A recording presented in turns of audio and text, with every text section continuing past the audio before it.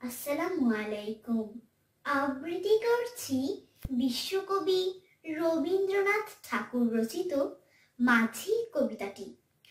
আমার যেতে ইচ্ছে করে নদীটির ওই পারে, যেথায় ধারে ধারে বাঁশের খোঁটায় ডিঙি নৌকা বাঁধা সারে সারে।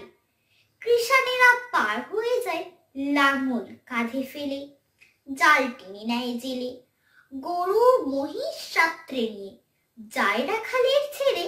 সন্ধে হলে যেখান থেকে সবাই ফিরে ঘরে, শুধু রাত দুপুরে শিয়ালগুলো ডেকে ওঠে ঝাউডাঙাটার পর।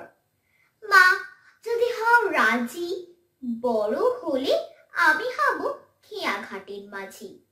এপার ওপার দুই পাড়েতেই যাব নৌকো বেয়ে, যত ছেলে মেয়ে স্নানের ঘাটে থেকে আমার দেখবে চেয়ে চেয়ে।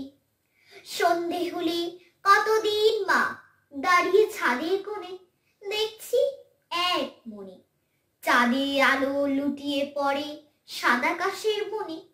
মা, যদি হও রাজি, বড় হলে আমি হব খেয়া ঘাটের মাঝি। ধন্যবাদ।